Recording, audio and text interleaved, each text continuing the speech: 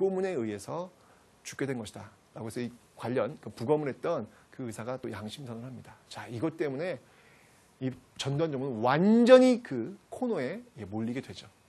어떤 그러한 상황과 또 맞물려서 여러분들 전두환 정부는 뭘 발표하냐면요. 4.13 호원 조치를 발표합니다. 4.13 호원 조치. 자, 이 4.13 호원 조치는 뭐냐면요. 잘 보세요. 호, 지키겠다는 거예요. 뭐를? 헌법을 지키겠다. 헌법을 지키겠다. 자, 여기서 이야기하는 이 헌법이라고 하는 것은 뭘까요? 네, 바로 이 앞에 있는 8차 기원 있죠? 이 헌법을 얘기하는 거예요. 이 헌법. 7년 단임의 대통령 간선제. 국민들은 끊임없이 주장했습니다. 대통령을 우리가 뽑겠다. 국민이 직접 뽑는 그런 대통령 직선제를 우리는 하겠다. 라고 했는데 그런 개헌론이 가능하다. 걱정하지 마라. 라고 얘기를 하다가 이제 와서 4.13 호원 조치. 예전에 우리가 했던 이 8차 개헌 이거대로 가겠다. 그래서 이 정권을 어디에게 넘기겠다? 노태우에게 넘기겠다. 이런 식으로 지금 발표를 해버린 겁니다. 자, 이러면서 여기에 맞서 일어난 사건. 네, 그게 바로 6월 항쟁이 되는 겁니다. 그게 바로 6월 민주 항쟁이 되는 거죠. 6월 민주 항쟁. 자, 이 6월 민주 항쟁의 결과, 결국은 당시 그 민정당을 이끌고 있었던 그 노태우가 6월 29일 날 6.29 선언을 발표하게 됩니다. 6.29 선언을 발표하게 됩니다. 수용하겠다 라고 하면서 결국은 대통령 직선제를 이끌어내게 되는 것이죠. 그러나 대통령 직선제를 통해 가지고 대통령 직선제를 드디어 얻어냈지만 결국 야당의 어떤 분열, 김영삼과 김대중이 동시에 등장을 하면서 결국 표가 분산이 돼요. 표가 분산되면서 30%의 노태우, 득표율 30%의 노태우가 대통령에 당선이 되죠. 자, 그러면서 여러분들 이제 이 노태우 정부로 들어옵니다. 노태우 정부. 자, 이 노태우 정부는요, 여러분들 꼭 기억하실 단어들이 있습니다. 뭐가 있냐면요. 바로 이 북방 외교를 표방하죠. 북방 외교를 표방하는 과정 속에서 이 중국이라든지 또 소련과 수교하는 그런 모습들이 나타나고 있다라는 거, 그거 기억하시면 되고요. 3당 합당을 통해 가지고 이게 이제 지금 이 노태우 정부 들어와서 나왔던 모습이 여대 야소라는 게 나와요. 여대 야소. 여당이 여소야대죠. 여소야대 국면이 들어옵니다. 그러니까 비록 대통령은 지금 여당 노태우 됐지만 이제 국회의원을 뽑는 건 다르다고요. 그죠? 대통령 뽑는 거는 김영삼, 김대중 이 야당 두 인사가 등장하기 때문에 표가 갈렸지만 국회의원 뽑는 거는 야당을 이제 국민들이 많이 지원하겠죠. 왜냐하면 6월 민주항쟁이 그 끝에 있으니까.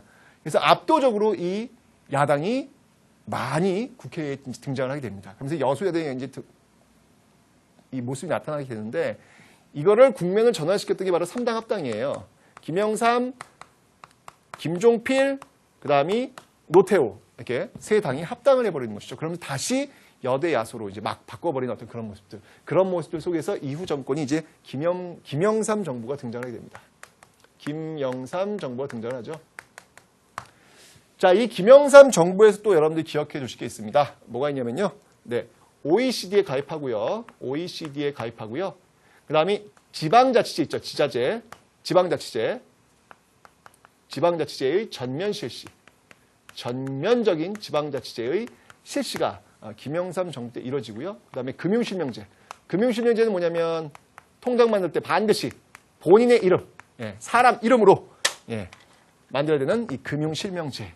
이런 것들이 도입되는데 결국 끝은 이 IMF. 이게 외환부족이죠. 외환부족 사태. 이 외환부족을 통해 가지고 IMF에 우리가 요청을 했던 이 모습으로 지금 가게 됩니다. 그러면서 이제 정권 교체가 여러분들 이 선거에 의한 정권 교체가 이제 처음으로 이루어지게 되죠. 평화적인 정권 교체. 그게 바로 김대중 정부가 되겠습니다. 자, 이 김대중 정부는요. 햇볕 정책. 네, 햇볕 정책이라고 하는 것들을 또 내걸고 있고요. 그다음에 이제 IMF 이제 그걸 좀 해야 되니까 노사정위원회를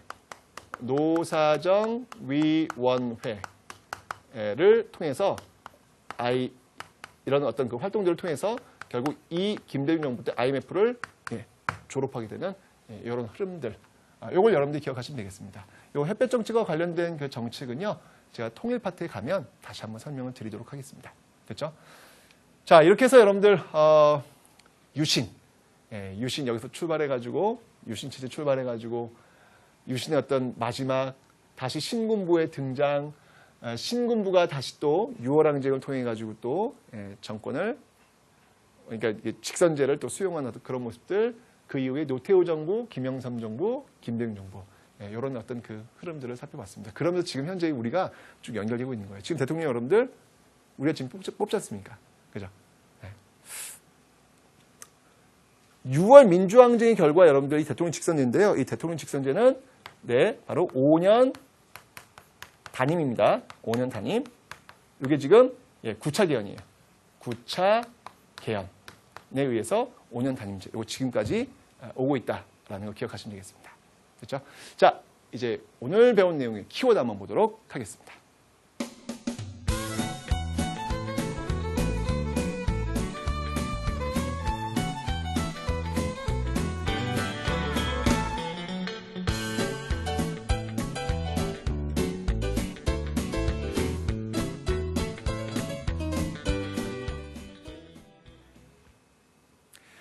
네, 현재 우리가 지금 있는 이 현재의 모습까지 여러분들 달려왔습니다.